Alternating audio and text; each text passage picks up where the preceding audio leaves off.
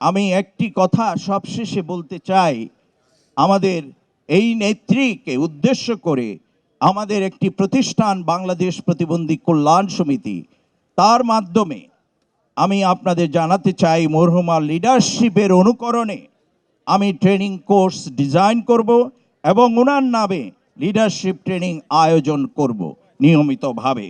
কারণ ওনার নেতৃত্বটা গবেষণা পাওয়ার উপযুক্ত। Her leadership is very exceptional leadership, very affectionate leadership, and very, I want to say, she was very tolerant, leader. তার যে leadership quality that was not available in even today world, I want to say that.